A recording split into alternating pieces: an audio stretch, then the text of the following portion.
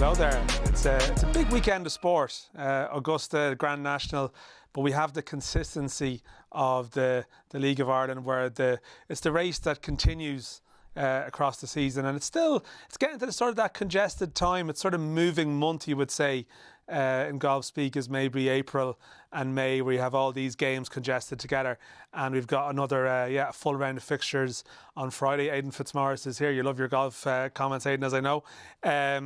I don't know where to start this week. I probably will start with St Pat's and Shamrock Rovers, Dublin derby. I watched Pats lose in Dundalk on Monday in what was a little bit of a sort of a manic, crazy game, and we'll see. Like, it's one thing losing the game. I think, it could have swung either direction. There was a few big moments. I think the injuries to Keena and Palmer, we're probably waiting to find out the full extent of that. Shamrock Rovers were on the opposite end of the equation with a win in a derby against Shelbourne on Monday. I don't know how I feel about this game. I don't know what your thoughts are. I mean, Pats, basically it's been an excellent start to the season. I think Monday was a little bit of a bump, but I don't think there'd be a cause for concern apart from those injuries. But it does feel like they've had a couple of hard nights at the hands of Shamrock Rovers in recent seasons, more so in Tala than in Richmond. But I feel like it's a game for Pats to just get the show back on the road after a tough start to the week. And they probably have a bit of a point to prove. They proved they were poor enough against Shamrock Rovers in the opening weekend, and obviously at the start St Pat's had fans I was speaking to worried about the first two games, no goals, and then all of a sudden they found the goals from everywhere. Max Mata was coming in, Keena, all the goals came back, Palmer delivered, and now they're kind of back the other end. Mata started last week for the first time. Aidan Keena now injured again. That could be huge for them. Yeah, like Palmer didn't play the first two games. He's come and started, and they've won, I think, 6 out of 7. He started on the bench on Monday, wasn't meant to come in until Keena got injured, and now he's gone. And I mean, it's no coincidence that when Palmer plays, their results are better. Yeah, but I think this is where squads will come in, and St Pat's clearly, they have cut back the budget this year. Consequence of not making Europe, there are consequences for not meeting your targets. They have a smaller squad, and this is where I think they will be stretched. You look at Shamrock Rovers over the last 2 weeks, particularly with the Friday Monday, they've been able to dip players in, Enda Stevens came in and started, drop out. I think Matthew started last week. They were able to mix and match those players in. That's missing Rory Gaffney, Dan Cleary, Dylan Watts, 3 league winning players for them. I just think this is a weekend where Shamrock Rovers, Stephen Bradley can look around his dressing room. Naj Razi has come back from Italy. He's come on in the last couple of games where that's simply the strength of squad. Stephen Kenny doesn't have those options, particularly with the players that are missing. Yeah, I suppose the one thing that Rovers done, they are rotating. I mean, you could list off players forever here, like Asamoah. You can run through Sabawali's come in, played a lot of games. I suppose, like, they haven't. There's probably never going to be a consistent run where they play the same team for like 3 or 4 games. But I think one of the things that Jack Burnham was doing in the press on Thursday morning, like, he is someone who's actually played the majority of games this year. When it comes down to it, there is still a sense of the old reliables are there, though. Like, Graham Burkott has 100 goal for the club on Monday. These are the type of games like they sort of enjoy, like some of these derby encounters. Like their record in derbies last season was relatively good. I know they lost at Richmond towards the end of the season, but that's when they were in that sort of, the title is won, and they were just sort of, they dropped a couple of silly points on the run in. They've like, Pats haven't been good enough in derbies. They were the bottom of the class in it last year. And Rovers, like, they've beaten Shells twice. Yes, they've had their issues with Bows, very well documented, but against the other Dublin clubs, they've acquitted themselves pretty well. But I think that's experience, those players like Jack Byrne and some players who are still, McGovern is still quite new to the league. A lot of those players, it does take time, and I think there was that assessment of Rovers after they lost to Bows, that the players who came in, that a lot of them was a first derby, the first Bows Rovers derby, and they just weren't ready for the intensity. It's a different game, it's a different fixture. Derbies are just different. You can dress them up any way you want, but they have a different build up, a different format. Somebody will get booked in the first 10 minutes. That's nearly always the case.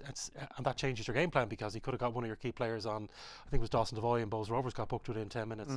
So that does change the dynamic of it, changes how you play the rest of the game. I just think Rovers have that. This is when players like Jack Byrne and that stand up.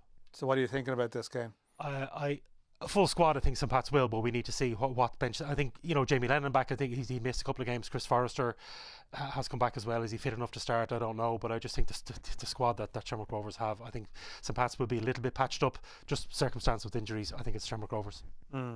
I think Dundalk and Derry is probably the game we'll go to next. I mean, the Derry City situation is mad. Like, we've seen the figures coming out during the week. Some of the clubs had to post their, the European clubs have had to post their accounts. And there's some talking points in it. Bows with a significant profit, definitely an Oasis hand in that. Shamrock Rovers probably, I think their figures have been, maybe some people are a bit surprised that they're not in the red. And I think there is transfers to come in afterwards. But, they're playing a high-stakes game, but they're in a good position. The Derry one, though, was very striking, that Philip O'Doherty, he is putting in, around 3 million quid. He's writing off some of it as donations, some of it has been restructured as shares or a loan. But really the bottom line sums, and I was writing about this, is that like Derry are very similar to a club in the EFL, where you see the figures there are just staggering, where they're just they're reliant on one benefactor, and they have no doubt invested over the winter. You can see it quite clearly from the players that have brought in. And yet on Friday they are going to play a newly promoted team, who, I wouldn't say their budget is nothing, but it's definitely not what Derry's budget is. And you'd sort of be fancying the home team in that game, which is damning for Derry, I think. I listened to Tiernan Lynch speaking to the Derry media this week, and he said, look, morale is low and confidence is low, and that's a consequence of results, but they just know it's not a happy place. Brandywell hasn't been happy because some results they've got to start the season. They've had to come behind. They haven't made the most of those games at the Brandywell. They're now moving out. They're going to have a spell in Celtic Park. A lot has gone against them, and I just think the mood music there, the fans aren't happy. It's not as if they scrape a point back, the fans aren't happy with the point gained. They're looking at the two dropped. And the bit you talk about an EFL team, that's maybe a team dropping from the Championship into League One, trying to get back, spending big. The aim is to get back to the Championship. There's no waiting around. There's no 2 or 3 years of building. Derry made it clear at the start, Tiernan Lynch and James McLean, the mood music from everybody associated with Derry this year was win the league. That had to be the goal. It wasn't qualifying for Europe. It wasn't having a good season, improving. It was winning the league. And they're clearly not going to do this year. They're ready for it. I think they will lose again this weekend. Puts extra pressure on Tiernan Lynch. He does have a huge injury list at the moment. I mean, there's a lot of pressure on him. I mean, I think there's real discussions happening around Derry. I think a lot of eyebrows raised when people around the league have sort of heard that they did very light training between the Friday and the Monday game. I don't think they were in the day before the game, which is almost unprecedented. I had someone contact me who pointed out that Man City did it before a game with Real Madrid with a heavy workload. I don't think they're quite in the situation of Man City's success where they can do that. That just strikes me as odd. I just feel like they're not getting bang for their buck, and I think they have a lot of their weekends off. But also it's an unusual schedule. It's not working. There was injuries, as you say, but it doesn't strike me as an outfit that their budget is probably not a million miles, I would say, now from Shamrock Rovers territory.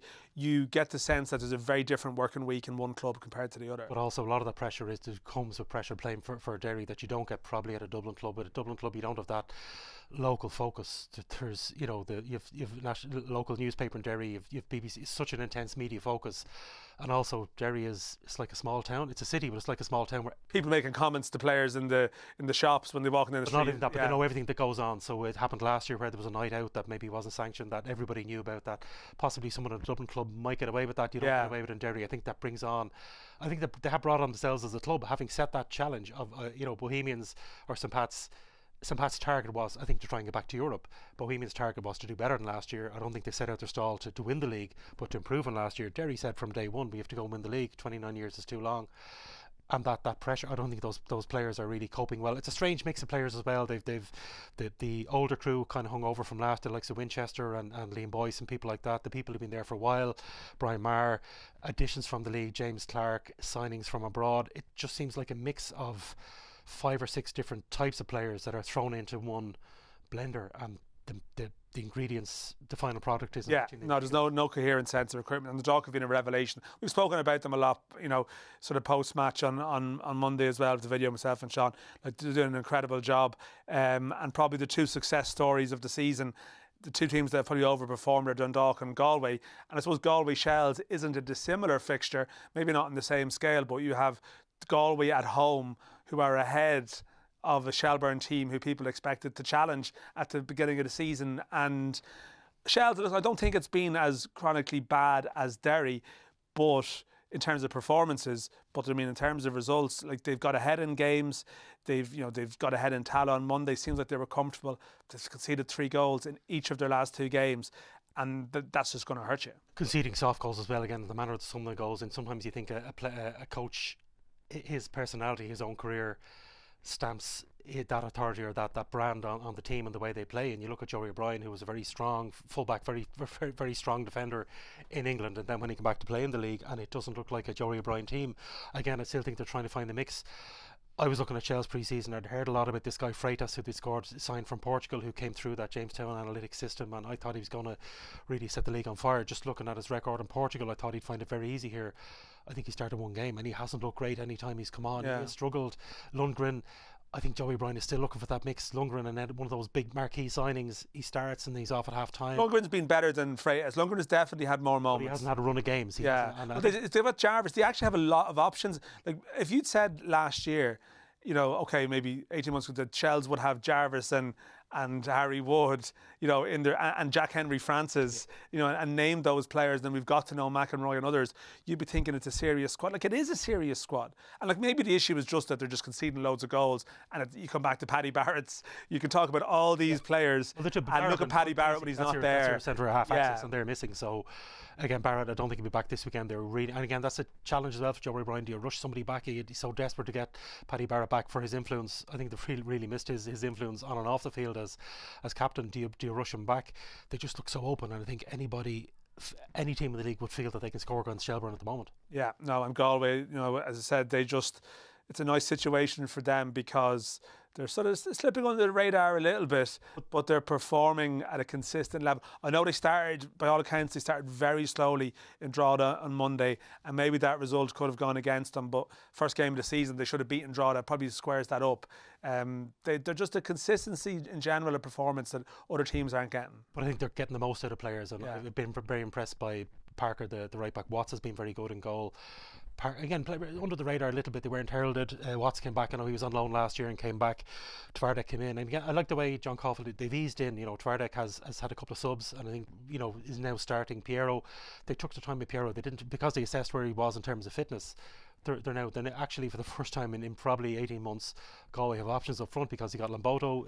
Twardek can go in. Yeah, I think Twardek came on the other day, and Piero was pulled at half time. They're actually in a position where they can rotate a little bit. And Twardek make an impact, a goal and assist in the Drogheda win. So players like that, and again, that's, I think, John Caulfield's experience at knowing when to start Piero, when to ease him in.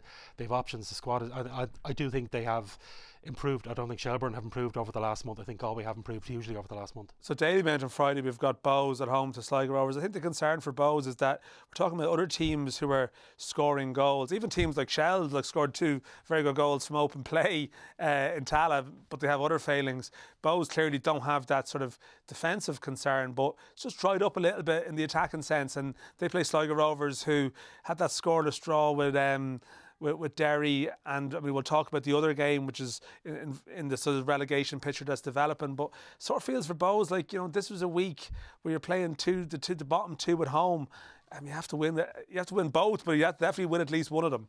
I had to come from behind at home to Waterford with a penalty with a set play, and the lack of goals from play. I've seen a fair bit of Bows. So much good build-up play, and it's going from side to side, and it's into Vaughan, and it's being played around. But no end product. No, it's not getting. You're really missing Douglas James Taylor, because the only option really up front at the moment is Colin Whelan, and he is not going to break down a defence in the way that other strikers, someone like Piero might do, or Rory Gaffney when he's fit will do. They really are struggling for that, and worry about the goals from. They've been saved by set pieces. Hickey has been huge, so that's been the route to goal. Was half the time either a free kick from Devoy or Parsons, or a corner from one of those two. Up to Pat Hickey. They got the penalty last week from Colin Whelan for the foul, but the lack of on possession stats, Bows would probably be top of the table, but I know we disagree in XG and the value of it sometimes, but certainly I think as well the atmosphere at Daily Mount hasn't been great. I think there's that expectation, the crowd. I haven't really seen the crowd and the team get in unison yet, which you see I think it's a case in Oriel at the moment. I think it's a really happy place at the moment, and the players are getting off the fans, and likewise, it's not the case. Both Dalymount has been very, very quiet for too often this season, and this is a game, I think with a full squad, Sligo would do well here, because Waterford proved last week that teams can go with. They won in the cup here last year, of course. They did, albeit with Owen Elding. You know, that's a big factor. I just think the squad that Sligo have, there's so many injuries, and a big loss for them this weekend is James McManus. I think he's played nearly every minute of every game since he went back to Sligo on loan from Bows. He can't play this weekend under the terms of the loan. That's taken another player out of the midfield. So again, Sligo with the full, I feel sorry for John Russell with a full squad. They have a number of injuries. They're missing James McManus. With a full squad, I'd give Sligo a chance, because Bows have been so weak in with that no punch in attack. But I think Bows should be able to take, because Sligo are just so down on bodies. Yeah, so the final game is Waterford and Drogheda. I say the final game, I mean, you could place this at high importance, really, in terms of what it means locally. I think for John Daly, coming out of the break, you're looking at him and question marks around his future, and then you're playing, sort of Rovers and Bows, and you're thinking, this could be tricky. He's sort of escaped those games unscathed, like two big points, and following some of the local commentary, I think people are very happy with how they've performed in those games. And they played Drogheda United, who I think they're hurting. I've spoken to one or two people there this week about another piece I was doing, and there's a real sense of hurt in the camp that they, that's not them to go two up on Monday and get nothing. And I know that at times this season there's been one or two games they've come from behind. They finished strongly, like that's what we were probably discussing, like late goals in Galway and Dundalk, coming back from 2 down against Derry.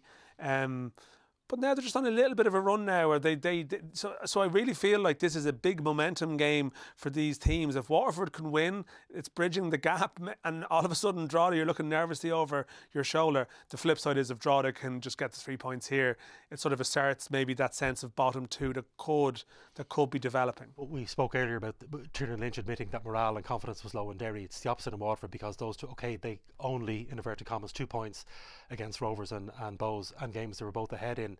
So do you see that as points? I see that as 2 points gained. I think so. They put it up to both of those teams, and I think they will draw confidence from that. If you're a Waterford player in training this week, you have that spring in your step. You feel that they really did match Bows, and they weathered the start. I mean, the first half, Bows, I wouldn't say pummeled them, but Bows had far more possession the first half. But Waterford got the 10 corners to nil at one stage. Yeah. It was a bit of a masterclass. Reminding me, Ireland would play some, just take that pressure, and then a free kick in. And again, Bowles very slack in defending. John Mahon got his head to it. He beat Colin Whelan, probably the wrong player to be marking John Mahon going for that free kick. But I think they got that confidence that they don't have. I think the thing about what Drogheda is, Drogheda very hard to beat and very hard to score against last year. If you got a goal against Drogheda last year, you had to work for it. I think they're giving up a lot of cheap goals this year. Dennison and Keeley, probably very harsh on Dennison. He didn't get the accolades last year in terms of goalkeeper. The War Award of being on the BFAI team of the year. Dennison and Keeley were that rock that Drogheda were built from last year. Drogheda look very open at the moment. I think this is a chance for Waterford. They're at home. I think the fans are. You're right. There was disquiet questions about Daly, where the players are coming from. Was there commitment there from the players? Were they playing for the shirt? I think that's back now. They've put it up to Shamrock Rovers and Bohemians. At the time of those games, the current champions, and Bows were league leaders at the time. I think Drogheda are a little bit fragile going down there, and so I think for a chance for Waterford to really ask some questions of Drogheda. Yeah, no, it is. But I think that I feel of Waterford, and I take on board exactly what you're saying. But I think a lot of the good work will be undone in some people's eyes if they don't take the points from this game. So there's pressure there. But that's our full round of Premier Division fixtures. No Monday games this week, so we've been sort of through that little run. It's a little bit hectic. It's a little bit more structured for the rest of April, and then into a little bit of a manic May. But Aidan, thanks very much. We'll have our usual review after Friday's games, and we'll be back here again next week to preview the next round of fixtures.